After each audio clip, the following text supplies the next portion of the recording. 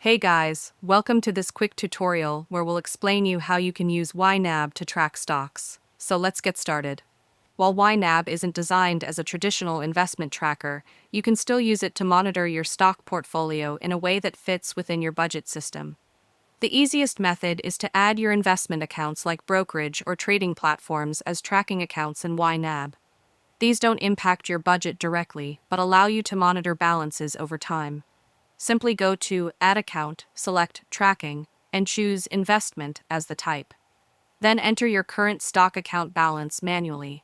You'll need to update this balance every so often, either monthly or whenever you want to reflect gains or losses. If you receive dividends and they go into your checking account, you can categorize that as an inflow to be budgeted and assign it to whatever categories you want, like savings or reinvestment.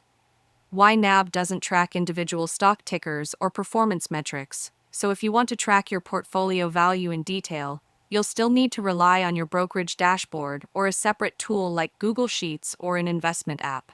But for general net worth tracking and keeping your financial picture complete, Ynab works well as a high-level investment snapshot tool.